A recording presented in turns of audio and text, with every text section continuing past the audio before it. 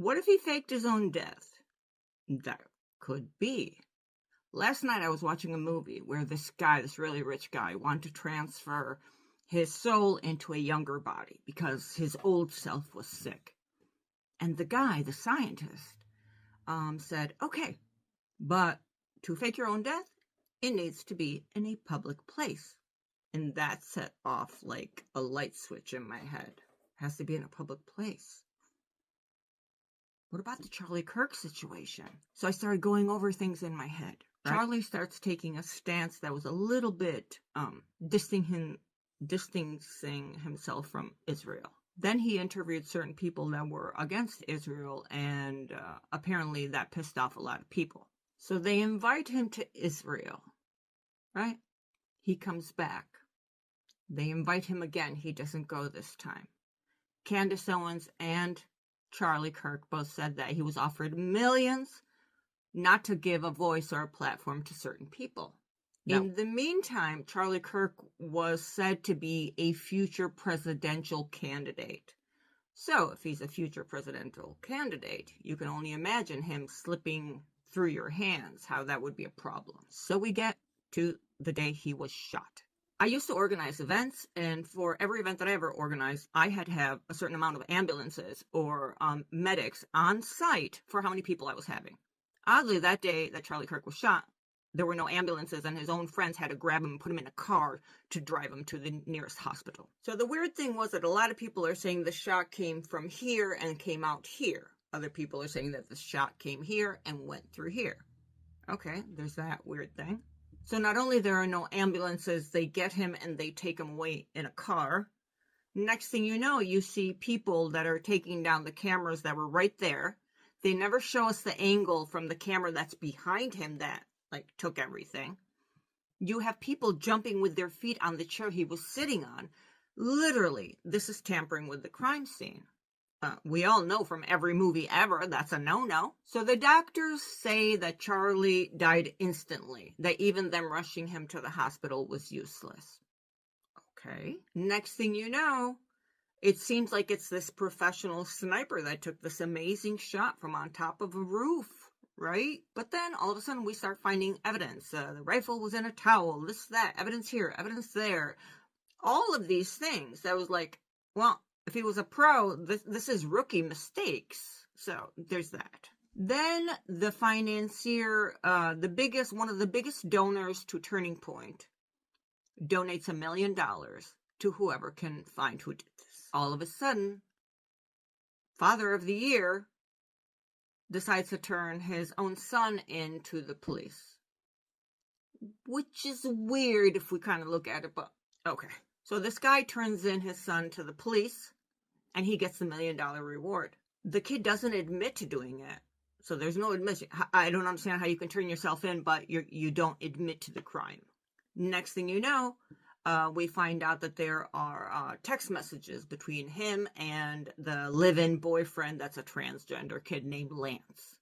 These text messages look like it's an essay, perfectly written out in coherent writing, punctuation. It's just not Gen Z lingo, so there's that. But these text messages are arranged in a way that it almost sounds like this Tyler kid wants to cover up for anyone that could have helped him. Right? That's a possibility. Next thing you know, the police saying that this Lance kid is cooperating. All families, everybody's cooperating. The odd thing is you don't see any news crews on site at their houses stalking them like they usually do. Serial killers, Octomom, anyone. Gypsy Road, Blanchard, you name it. Journalists are there in front of you and they're stalking you. These people, no.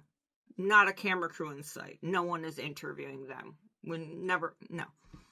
Another thing that I found weird, none of these people have regular socials. It's weird. They don't have normal social media. Okay. So they announced Kirk did. When they asked Trump about it, his reaction was to turn around and talk about the construction of the ballroom at the White House. That was weird considering that they were friends. I found that to be odd. Because usually Trump is more emotional towards these things, especially since they had the attempt on him. I want to remind you of the movie. If you have to fake your own death, do it in a public place. Just keep on, remember this phrase from the movie. Then you have Candace Owens that's coming out saying that she has sources that are telling her that at the apartment the week before the assassination, this Tyler and Lance had a whole bunch of cars that were going back and forth from their house. This is all alleged. Candace Owens made videos about it. Then Charlie Kirk's pastor comes out and says that everything that Candace Owens is saying is not true, that we're all conspiracy theorists. Okay, but if that's the case, then why didn't Erica Kirk tell Candace, hey, back off, shut the fuck up? You know what I mean? No, they're friends. They have their phone numbers.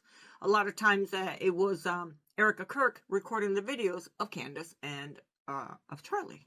So that didn't happen. She didn't say back off. She did nothing. She's okay with whatever Candace is saying. So there's that. Next thing you know, Netanyahu comes out and does 2 public announcements saying we had nothing to do with Charlie Kirk passing away. That's weird. Since when does the leader of a nation come out to address a rumor on social media? A conspiracy, as they call it? What? Not once, but twice. So then we dig into what was going on with Charlie, and he had made it clear, Candace Owens confirms this, that they had offered him money to keep certain people off of his platform. Like, don't talk about this, don't talk about that. And Charlie said no thanks. He did not accept that money. We all know that if they can't buy you out, what's the next thing they do? So what if he was 2 steps ahead and he said, like in the movie, if you're going to fake your own death, do it in public.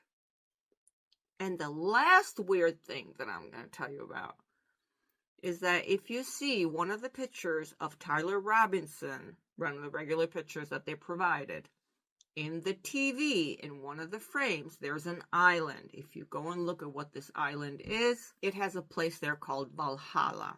Rewind. Cash, the FBI director, made a public announcement for Charlie Kirk. And he says, I love you and miss you, blah, blah, blah. I'll see you in Valhalla. Now, in Norse mythology, Valhalla is like heaven, right? But hold on a second. Charlie and Cash are not pagans. Charlie is a Christian. He follows Jesus. So why would he say, see you in Valhalla? And then the Tyler Robinson kid has that. Dude. So I'm going to leave you with the quote from the movie. If you're going to fake your own death, do it in a public place.